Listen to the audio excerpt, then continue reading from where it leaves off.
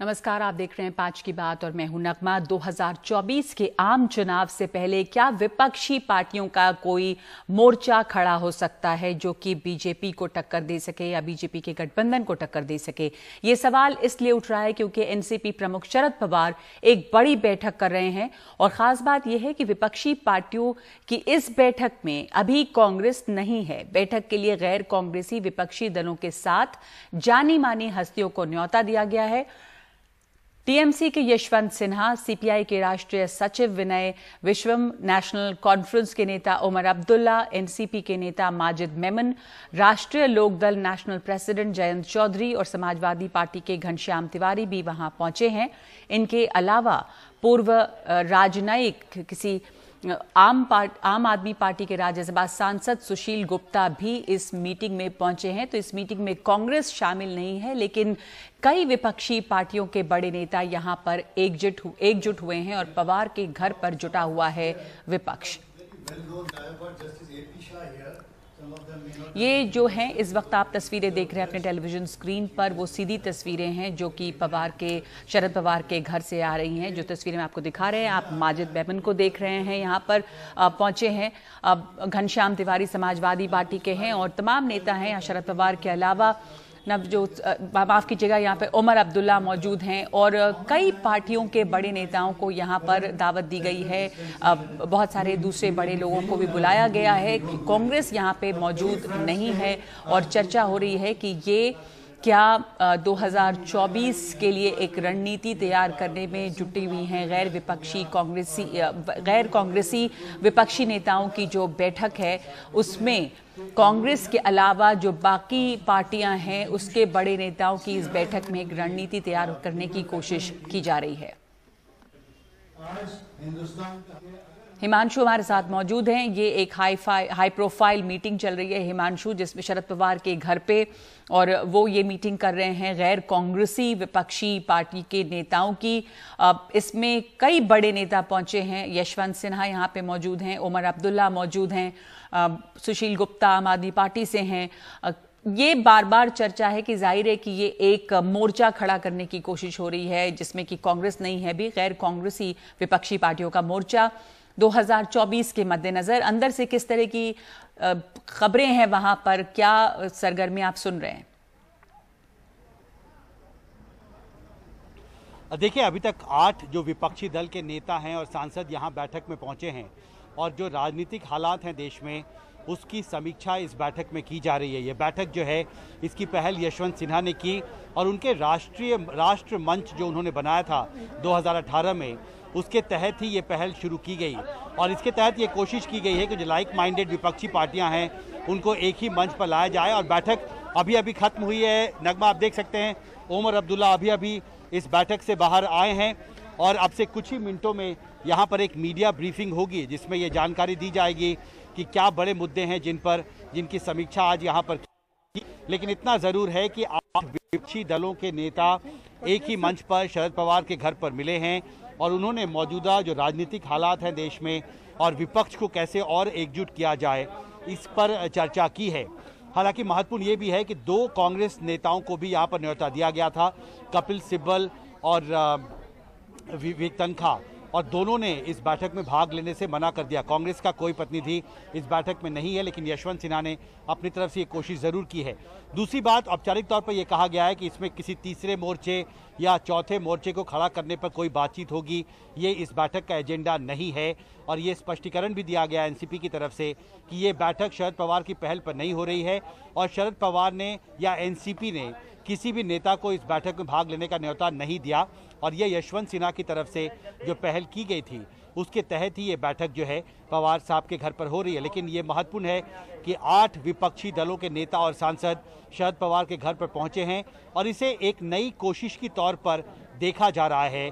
जो विपक्षी दल हैं, गैर कांग्रेसी गैर भाजपाई जो विपक्षी दल हैं, उनके लिए एक नया फ्रंट, एक नया मोर्चा तैयार किया जाए और संभव है कि ये उस दिशा में पहली कोशिश है। और हालांकि औपचारिक तौर पर इसको स्वीकार नहीं किया है एनसीपी ने, लेकिन निश्चित तौर पर अगर 8 विपक्षी दल के नेता शरद पवार के घर पर मिलते हैं और 1 घंटे से ज़्यादा राजनीतिक हालात की समीक्षा की जाती है तो निश्चित तौर पर इससे विपक्ष की एकजुटता को विशेषकर जो गैर कांग्रेसी विपक्षी दल हैं उनकी एकजुटता को मजबूत करने की दिशा में एक पहल के तौर पर इसे देखा जा रहा है। नगमा, तो ये एक पहल भर है और यशवंत सिन्हा ने इसकी पहल की है। शरद पवार या एनसीपी ने इससे इनकार किया है कि उनकी पहल पर ये हो रहा है। हालांकि जो बैठक है वो शरद पवार के दिल्ली के घर में ही हो रही है, जहां पर 8 बड़े विपक्षी दल के नेता मौजूद हैं और ये बैठक अभी खत्म हुई है। नेताओं के वहां से निकलने का सिलसिला शुरू हुआ है। हिमांशु, शुक्रिया आपका।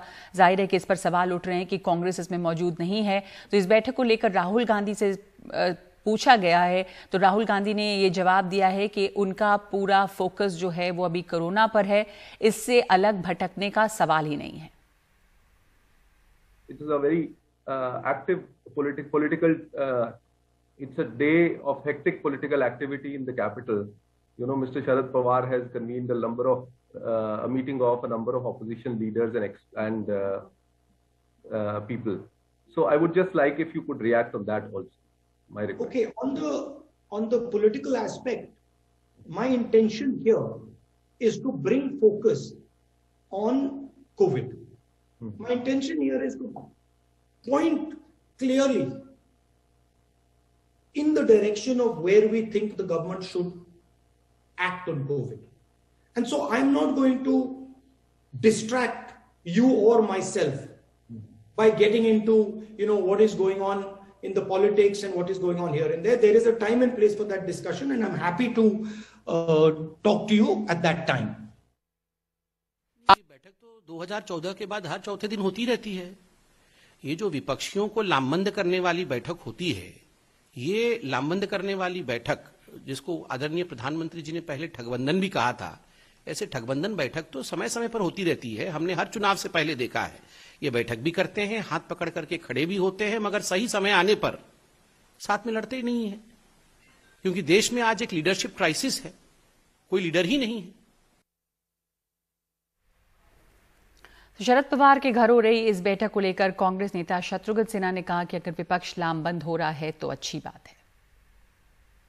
आज शरद पवार साहब ने कुछ लोगों को बुलाया है, हालांकि तीसरे मोर्चे का नाम तो वो नहीं दे रहे हैं, लेकिन बहुत इंटेलेक्चुअल्स हैं। यशवंत सिन्हा साहब भी है, बाकी लोग हैं भी है। कल भी मैंने यशवंत सिन्हा साहब का कल ही इंटरव्यू किया था, उन्होंने कहा था कि विपक्षियों को एकजुट होने का ये सबसे उपयुक्त समय है। आप क्या मानते हैं? मैं बहुत अच्छा मानता हूं, खासकर यशवंत भाई जो हैं स्टेट्समैन हैं, उनके नेतृत्व में, और ऊपर से देश के आज सबसे बड़े महारथी चाणक्य जिनको माना जाता है हमारे अपने शरद पवार जी, इन लोगों के साथ मिलकर जितने बड़े अच्छे इंटेलेक्चुअल्स लीडर्स आज शामिल हो रहे हैं यहाँ विपक्षी एकता के लिए, यहाँ एक गुट और एकजुट सबको सामने लेकर आने के लिए, मैं समझता हूँ बहुत ही सराहनीय कदम है, बहुत ही प्रशंसनीय कदम है। और मैं इसकी अपनी कामना और शुभकामना देता हूँ इस कार्यक्रम के सफल होने के लिए। तो ये हलचल चल रही है विपक्ष के खेमे में, जिसमें भी कांग्रेस शामिल नहीं है, लेकिन शत्रुघ्न सिन्हा कह रहे हैं कि अच्छी बात है कि तमाम लोग साथ आ रहे हैं। और उधर अब उत्तर प्रदेश की बात करें, यहाँ पे उत्तर प्रदेश के chief minister Yogi Adityanath deputy CM Keshav Prasad Maurya के घर पहुंचे और ये पहली बार है जब सीएम योगी डिप्टी सीएम के आवास गए। बताया जा रहा है कि केशव के घर पर दोनों नेताओं के बीच लगभग 1.5 घंटे की बातचीत हुई है। मुख्यमंत्री योगी आदित्यनाथ का आवास 5 कालिदास मार्ग है, वहां से एक आवाज छोड़कर ही केशव प्रसाद मौर्य का बंगला है। वैसे कहा जा रहा है कि केशव प्रसाद मौर्य के बेटे की शादी में योगी शामिल नहीं हो पाए थे, इसलिए वो वर वधू को आशीर्वाद देने गए। लेकिन केशव मौर्य के हाल के बयानों को देखते हुए इस मुलाकात के कई राजनीतिक मायने भी निकाले जा रहे हैं। केशव मौर्य टीवी चैनलों से बातचीत में लगातार ये कहते रहे हैं कि अगला मुख्यमंत्री कौन होगा ये बीजेपी आलाकमान तय करेगी। इस मुलाकात के मायने क्या हैं, बता रहे हैं कमाल खान।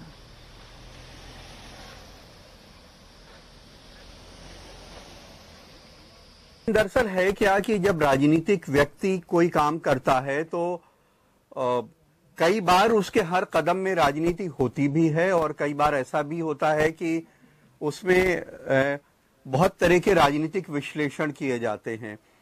तो केशव मौर्य और योगी आदित्यनाथ के बीच में बहुत अच्छे ताल्लुकात नहीं हैं, ऐसा बहुत दिनों से कहा जाता रहा है। शुरू में जब योगी जी मुख्यमंत्री बने थे तो बहुत सारे उनके कार्यक्रमों में लोग कहते थे कि डेप्यूटी सीएम केशव मौर्य शामिल नहीं हो रहे हैं, इलाहाबाद में किसी कार्यक्रम में गए वहां शामिल नहीं हो रहे हैं, इस तरह की चर्चाएं होती थी। पिछले दिनों उत्तर प्रदेश बीजेपी में तमाम तरह के मतभेद की खबरें बाहर आती रही हैं और बहुत तरह की राजनीति की खबरें बाहर आती रही हैं। बहुत सारे विधायकों ने, मंत्रियों ने, एमपीज ने कोविड के दौरान मुख्यमंत्री को पत्र लिख के बहुत बदहाली की शिकायतें की हैं। तो ये माना जाता रहा है कि बहुत सारे लोग मुख्यमंत्री से संतुष्ट नहीं हैं, इसलिए वो पत्र लिख के उसको सार्वजनिक कर रहे हैं। ये भी पिछले दिनों बताया गया कि मुख्यमंत्री को दिल्ली की लीडरशिप ने कहा है पार्टी की कि वो सबके साथ समन्वय बना के रखें क्योंकि चुनाव में जाना है। तो अगर वो किसी एक ऐसे शख्स के घर जाते हैं जिसके बारे में ये चर्चा होती रही हो कि दोनों के आपस के अच्छे संबंध नहीं हैं, तो आशीर्वाद देना भी हो सकता है और उस दिशा में भी एक कोशिश हो सकती है कि जो बताया गया है कि मुख्यमंत्री से कहा गया है कि उनको समन्वय बना के सबके साथ चलना चाहिए। तो हो सकता है कि वो डेप्यूटी सीएम के कुछ शिकवे शिकायतें हों, कुछ बातें हों, कुछ चीजें कहना चाहते हों। हो सकता है चीजों को नॉर्मलाइज करने के लिए भी इस मौके का इस्तेमाल किया गया हो। तो ये कई तरह की चीजें हो सकती हैं।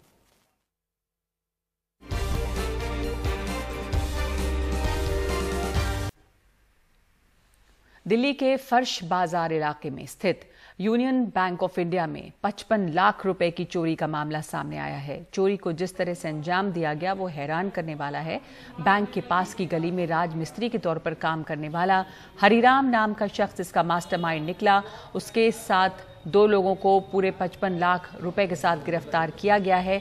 आरोपी हरिराम बैंक के पास वाली इमारत का ताला तोड़कर अंदर दाखिल हुआ। उसके बाद उसने बैंक से सटी 2 दीवारों में सेंध लगाई और 55 लाख रुपए लेकर फरार हो गया। बाद में बैंक प्रबंधन ने मुख्य आरोपी हरिराम से ही उस दीवार की मरम्मत करवाई, लेकिन सीसीटीवी की मदद से पुलिस ने हरिराम और उसके दोस्त कालीचरण को गिरफ्तार किया और चोरी की रकम भी बरामद हुई।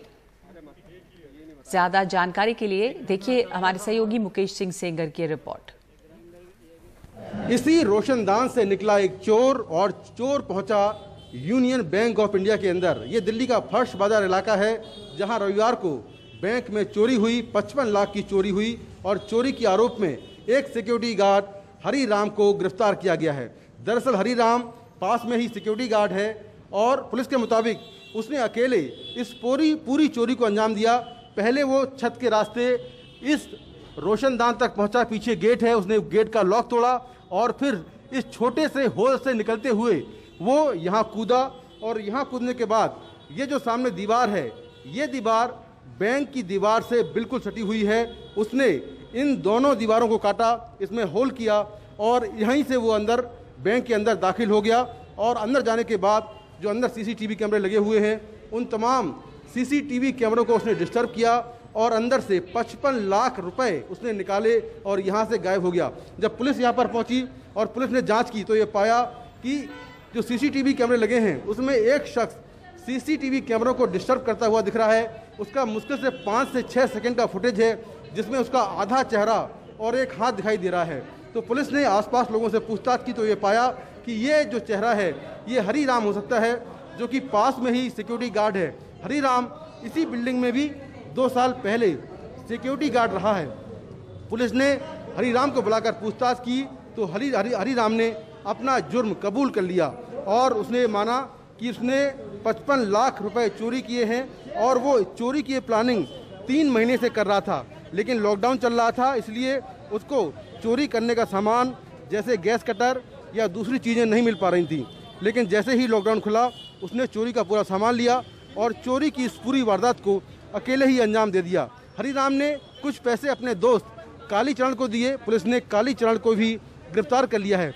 लेकिन इस पूरे मामले में सबसे मजे की बात यह है कि चूंकि जो बैंक कर्मी हैं वो हरिराम को पहले से जानते हैं क्योंकि वो इसी इमारत में 2 साल पहले सिक्योरिटी गार्ड था। तो हरिराम सिक्योरिटी गार्ड के अलावा राज मिस्त्री का भी काम जानता था, इसीलिए बैंक के लोगों ने हरिराम को बुलाया और जो होल उसने किए थे उसी से अपने ये पूरे जो होल हैं वो ठीक कराए और उसको इस काम के पैसे भी दिए क्योंकि बैंक कर्मियों को ये मालूम नहीं था कि हरी राम ने ही चोरी की है और हरी राम ने ये जो पूरा काम किया उसके पैसे लिए। उसके बाद पुलिस ने हरी राम को गिरफ्तार कर लिया, तब इस पूरे मामले की सच्चाई सामने आई। नई दिल्ली से कैमरामैन एन रवि के साथ मैं मुकेश सिंह, एनडीटीवी इंडिया।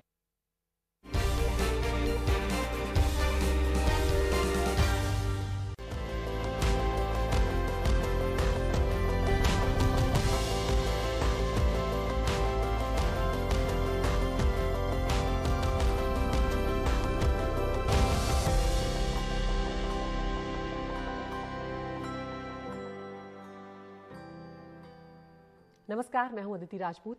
देश में टीकाकरण का महाअभियान शुरू हो चुका है और पहले ही दिन 86 लाख के करीब टीके लगे हैं, जो अपने आप में बेहद जरूरी भी है, क्योंकि हर्ड इम्यूनिटी इसी तरीके से हासिल की जा सकती है।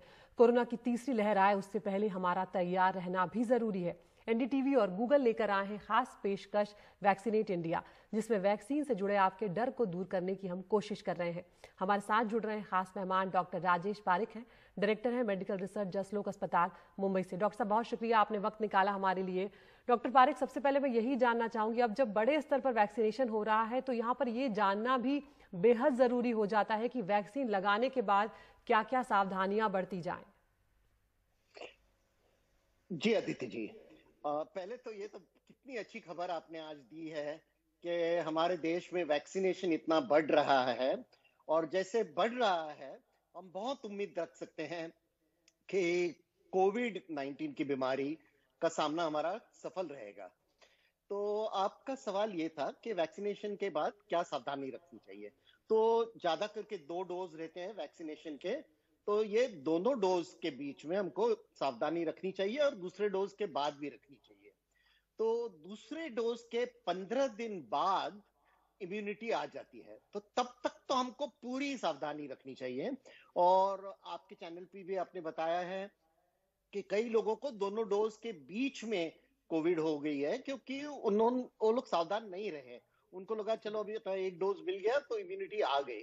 तो ये है बहुत ही महत्वपूर्ण है कि जब तक दोनों डोज हो जाए और उसके 15-20 दिन बाद तक जितनी भी हम लोग जैसे हम लोग सावधान रहे हैं वैसे ही रहना जरूरी है।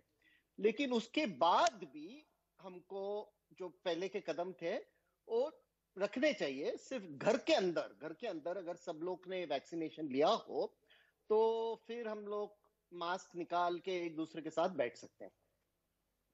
बिल्कुल डॉक्टर साहब, यहाँ पर 1 या 2 दिन तक बुखार आना तो साधारण बात है, लेकिन शायद बहुत ही कम या कुछ ऐसे मरीज होंगे जिनको वैक्सीन लगवाने के बाद 2 दिन से ज्यादा भी बुखार रह जाए, 4 दिन या 5 दिन रह जाए।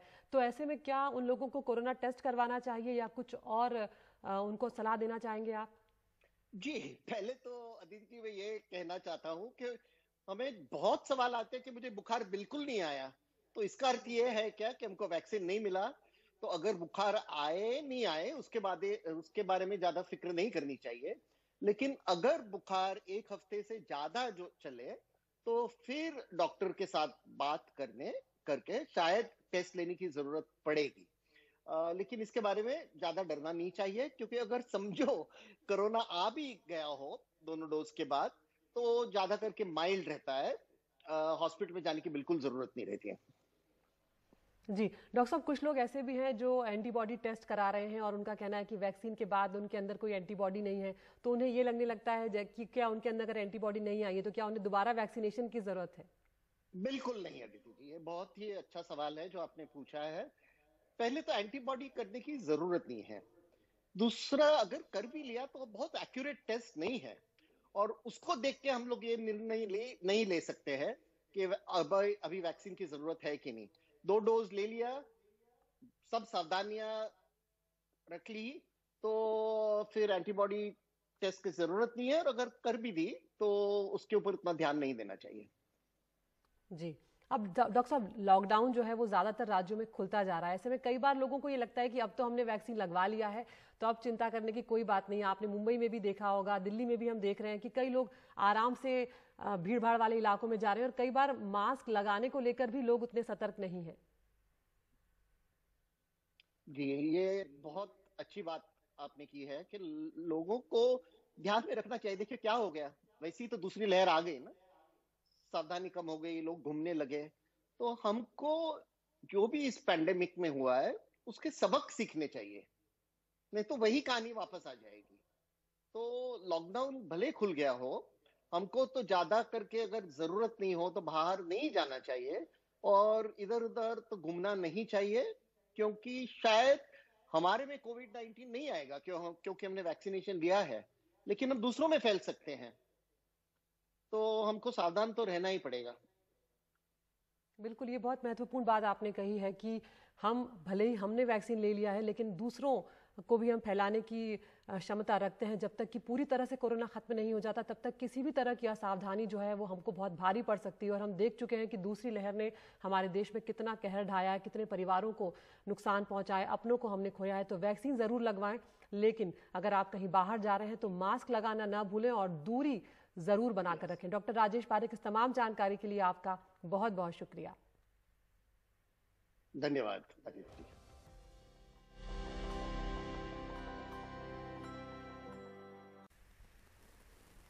तो श्रीनगर में आज गुपकार गठबंधन की एक महत्वपूर्ण बैठक हुई जिसमें यह फैसला लिया गया है कि वो 24 जून को प्रधानमंत्री के साथ होने वाली सर्वदलीय बैठक में हिस्सा लेंगे। नेशनल कॉन्फ्रेंस नेता और जम्मू कश्मीर के मुख्यमंत्री फारूक अब्दुल्ला के घर पर हुई इस बैठक के बाद महबूबा मुफ्ती ने कहा कि वो बातचीत के खिलाफ नहीं हैं, प्रधानमंत्री के सामने राजनीतिक बंदियों की रिहाई का मुद्दा उठाएंगी। साथ ही महबूबा मुफ्ती ने पाकिस्तान से बातचीत की भी वकालत की। जम्मू कश्मीर के मुद्दे पर प्रधानमंत्री मोदी ने 24 जून को सर्वदलीय बैठक बुलाई है।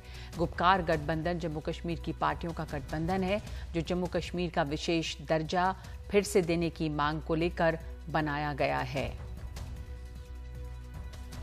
था कि जैसा आपने सुना कि वजीर आजम की तरफ से दावतनामा आया है और हम उस दावतनामे में जाने वाले हैं। वहां पे हमें उम्मीद है कि हम अपने जो मौक़िफ़ है उसको वहां पे वजीर आजम साहब और होम मिनिस्टर साहब के सामने रखें, जिनको उन्होंने बुलाया है, महबूबा जी, मुझे, तारिगामी साहब को, और जिनको भी हम में से बुलाया है, हम लोग जा रहे हैं। तो ये थे नेशनल कॉन्फ्रेंस के अध्यक्ष फारूक अब्दुल्ला और महबूबा मुफ्ती जो कि पीडीपी के अध्यक्ष हैं। उन्होंने भी कहा है कि संविधान ने हमें हक दिया है, पूरे क्षेत्र में शांति लानी है, कोई समझौता नहीं करेंगे। ये तालिबान से बात कर रहे हैं, जम्मू कश्मीर में भी वार्ता होनी चाहिए, पाकिस्तान से भी बात करें।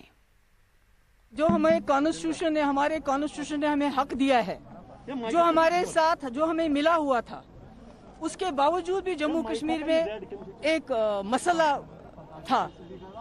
तो अगर जम्मू कश्मीर के हालात सुधारने, इस खिते में अमन लाना है, न सिर्फ जम्मू कश्मीर या हमारे मुल्क के अंदर बल्कि पूरे खिते में, तो इसके बगैर कोई चारा नहीं है। क्लियर कर दिया, नो कॉम्प्रोमाइज ऑन दैट। और डायलॉग की बात, हमसे डायलॉग कर रहे हैं। हम कहते हैं कि ये दोहा जाके तालिबान से डायलॉग कर रहे हैं, आपने सुना होगा हमारी गवर्नमेंट। तो जम्मू कश्मीर में डायलॉग करे और सबके साथ करे और पाकिस्तान के साथ भी करे रेजोल्यूशन के लिए। तो तमाम पार्टियां, इसमें जो इंटरेस्टेड पार्टीज हैं उनसे बातचीत की बात कर रही हैं। महबूबा मुफ्ती भी इस बैठक में जाएंगी, जो बैठक प्रधानमंत्री ने बुलाई है। और आगे बढ़ते हैं दूसरी खबर पर। क्या दिल्ली के बॉर्डर पर चल रहा किसान आंदोलन कमजोर पड़ गया है? लंबा खींचने के चक्कर में क्या किसान आंदोलन में अपराध होने लगे हैं? यूपी विधानसभा चुनाव में राकेश टिकैत क्या करेंगे? ऐसे ही तमाम सवालों को लेकर किसान नेता राकेश टिकैत से बात की है हमारे सहयोगी सौरभ शुक्ला ने। हम इस वक्त गाजीपुर बॉर्डर पर हैं और गाजीपुर बॉर्डर दिल्ली का वो बॉर्डर है जहां पर किसान 6 महीने से ज़्यादा वक्त से धरने पर हैं। सबसे बड़ा सवाल ये है कि अब तमाम जगह चर्चा होने लग गई है कि मीडिया से, सोशल मीडिया से किसान आंदोलन कहीं ना कहीं थोड़ा सा गायब हुआ है। क्या किसान आंदोलन शिथिल पड़ा है? हमारे साथ बात करने के लिए राकेश टिकैत साहब खुद हैं, परिचय के मोहताज नहीं है। राकेश जी, क्या किसान आंदोलन थोड़ा सा कमज़ोर पड़ गया है, शिथिल पड़ गया है? ना, कोरोना बढ़ता घटता है तो आंदोलन को भी बढ़ाते घटाते हैं। कोरोना खत्म हो गया देश से? अगर कोरोना खत्म हो गया हो तो भाई लोग इंतजार कर रहे हैं, उनको बुला लेते हैं। फिर प्रेस के लोग ही कहते हैं जी भीड़ बढ़ा दी। तो तो आप भीड़ ना बढ़े इसलिए आप वाहन कोई बड़ा कार्यक्रम कॉल नहीं कर रहे हैं? कर रहे, 2 जिलों का कर रहे हैं अभी, और पूरे स्टेट में गवर्नर को 26 तारीख को गवर्नर के वहाँ मार्च निकलेगा, उनको ज्ञापन दिए जाएंगे, उनसे मिला जाएगा। देश भर में जितने भी गवर्नर हैं, देश भर में गवर्नर और एलजी के वहाँ ज़्यादातर के वहाँ जाएंगे। तो दिल्ली में भी जाएंगे आप लोग मार्च? दिल्ली में जाएंगे। मार्च के मतलब गाड़ियों से जाएंगे अपने? गाड़ियों से, जो दिल्ली की कमेटी होगी वो जाएगी। तो ऐसा कोई मार्च निकालने का नहीं? मार्च नहीं, मार्च तो यहाँ पर आएगा 26 तारीख को, और 2 जिलों के लोग यहाँ पर ट्रैक्टर से आएंगे, उसके बाद में फिर अलग लोग आएंगे, फिर अलग आएंगे, ऐसे ही मार्च आते रहेंगे। 2 जिलों के सहारनपुर और मुजफ्फरनगर के लोग ट्रैक्टर से 24, 25 और 26 तारीख को आएंगे यहाँ पर 3 दिन। इनको हराएंगे। उत्तर प्रदेश में इनको वोट नहीं देनी, ये करेंगे। आप भी करेंगे इनके खिलाफ प्रचार जाकर? और कौन करेगा, हम ही तो करेंगे इनके खिलाफ प्रचार कि बीजेपी को वोट नहीं देनी, और को किसी को दे लो ये। क्योंकि आप वेस्ट बंगाल भी गए थे, बंगाल भी गए, वहाँ पर बीजेपी की हार हुई। वहाँ दवाई ठीक काम करी, जो दवाई वहाँ का इस्तेमाल करी उससे आराम मिला इनको कुछ। अच्छा, उत्तर प्रदेश में क्या करेंगे? दवाई देंगे इनको, उत्तर प्रदेश में भी आराम मिलेगा इनको। 3 साल का कोर्स है इनका 3 साल का कोर्स है। 3 साल में इनको आराम मिल जाएगा पूरा। राकेश जी, अगर कल को आपके पास कोई बड़ा राजनीतिक दल आता है और वो कहता है राकेश जी हमारी पार्टी ज्वाइन कर लो, चुनाव लड़ लो, राकेश जी क्या करेंगे? उत्तर प्रदेश चुनाव की बात करें, कल मान लो प्रियंका गांधी, अखिलेश यादव, जयंत चौधरी सब कहेंगे देखिए इस किसानों के फेवर में, क्या करेंगे राकेश जी आप? उन्हें कहेंगे भाई तब अपना आंदोलन ज्वाइन करो और यहाँ पर टेंट लगाओ, तो हम जब मानेंगे हाँ ये किसानों के हमदर्द है, उन्हें टेंट उन्हें भी लगाने पड़ेंगे सड़क पे। टेंट नहीं लगा रहे विपक्ष वाला भी कोई। राकेश टिकैत कहेंगे भैया आप आओ हमारे टिकट चुनाव लड़ो, तो राकेश टिकैत क्या कहेंगे? नहीं, हम क्या चुनाव लड़ रहे, हम तो आंदोलन करने वाले लोग आंदोलन करेंगे, उन्हें भी आंदोलन करना सिखाओगे उनको। उत्तर प्रदेश में चुनाव नहीं लड़ेंगे ना? चुनाव सारे ट्रैक्टर्स भी खड़े हैं, राकेश टिकैत भी खड़े हैं, और राकेश टिकैत ने कहा कि उत्तर प्रदेश चुनाव में वो चुनाव नहीं लड़ेंगे और बीजेपी के खिलाफ प्रचार करेंगे। और किसान यहीं बैठा है और कह रहे हैं इनके ट्रैक्टर तैयार हैं, जल्द एक बड़ी कॉल दी जाएगी। फिलहाल 26 जून को किसान जो गवर्नर हाउस हैं देश भर में, वहां पर जाके ज्ञापन देंगे, एक छोटा सा प्रदर्शन करेंगे और मांग उनकी वही है। लेकिन फिलहाल राकेश टिकैत ने हमसे बात की, उसके लिए बहुत बहुत शुक्रिया सर, थैंक यू। कांग्रेस नेता राहुल गांधी ने आज एक प्रेस कॉन्फ्रेंस कर कोरोना से निपटने के लिए एक व्हाइट पेपर पेश किया है। राहुल गांधी ने कहा कि हमारे वैज्ञानिकों ने दूसरी लहर की चेतावनी दी थी, लेकिन सरकार ने उचित एक्शन नहीं लिया था, जिसकी वजह से दूसरी लहर में हालत बहुत बिगड़ गई। उन्होंने कहा कि अब पूरा देश जानता है कि तीसरी लहर भी आ सकती है, लेकिन हम फिर से वही गलती कर रहे हैं। हमें अस्पतालों में बेड, ऑक्सीजन, दवा और दूसरी चीज़ों की तैयारी तीसरी लहर के लिए कर लेनी चाहिए, जो दूसरी लहर में नहीं हो पाई थी। राहुल गांधी ने कहा कि प्रधानमंत्री के आंसू लोगों का दर्द नहीं मिटा पाएंगे।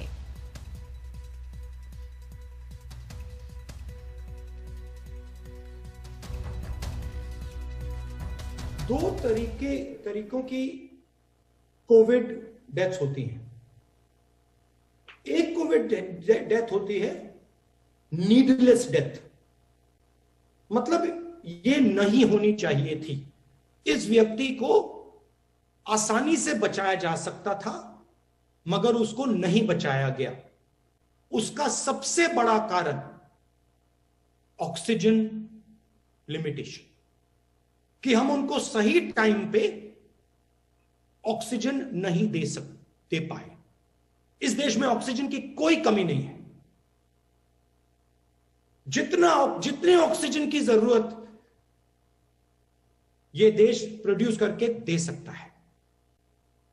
तो जो नीडलेस डेथ्स हुई हैं, प्राइम मिनिस्टर के आंसू उन परिवारों के आंसू को नहीं मिटा पाएंगे। और राहुल गांधी को जवाब देते हुए बीजेपी ने कहा है कि वो कांग्रेस शासित राज्यों में जाकर देखें कि वहां पे क्या हाल है। कांग्रेस शासित राज्यों में न्यूनतम वैक्सीनेशन हुआ। सबसे ज्यादा फैटेलिटी कांग्रेस शासित राज्य में, सेकेंड वेव आरंभ होता है कांग्रेस शासित राज्य में, सर्वाधिक पॉजिटिविटी कांग्रेस शासित राज्य में, वैक्सीनेशन होता नहीं है कांग्रेस शासित राज्य में, और ऊपर से व्हाइट पेपर आप हमें दे रहे हैं। राहुल गांधी व्हाइट पेपर छाप करके, वर्चुअल में से निकल करके रियल में आप अपने राज्यों में जाइए और उन्हें ये आंकड़े दीजिए और उनसे कहिए कि आखिर ये क्या हो रहा।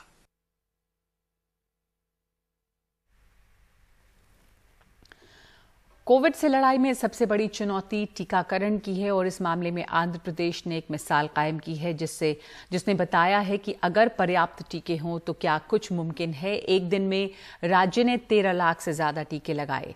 देखते हैं उमा सुधीर की रिपोर्ट। रविवार को आंध्र प्रदेश के गांव शहरों में कार्यकर्ता घर घर जाकर लोगों को टीका लगवाने के लिए तैयार करते रहे।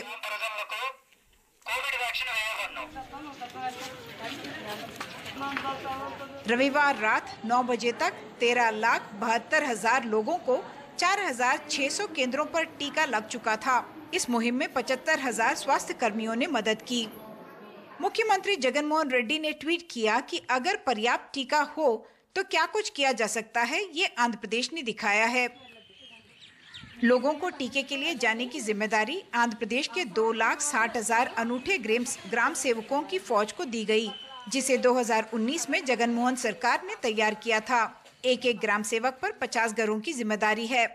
Friday and Saturday, all these volunteers, we do a line listing of all the eligible people available. शुक्रवार और शनिवार इन सारे कार्यकर्ताओं ने अपने इलाकों में लोगों की सूची बनाई, घर घर जाकर लोगों को मुहिम की याद दिलाई और तैयार किया कि वो आगे आकर टीका लें। Come forward for the vaccination. So it takes care of any little bit vaccine hesitancy that is still left over. इस तरह रविवार को देश के कुल टीकाकरण का 47% आंध्र प्रदेश में हुआ। यही नहीं, यहां अब तक 1 करोड़ लोगों को टीके की 1 डोज लग चुकी है।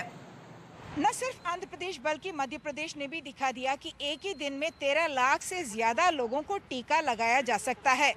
यानी कि अगर वैक्सीन सप्लाई होती है तो भारत के जनसंख्या को वैक्सीनेट करना मुश्किल बात नहीं होगी। कैमरा पर्सन नागराजू के साथ उमा सुधीर, एनडीटीवी इंडिया के लिए।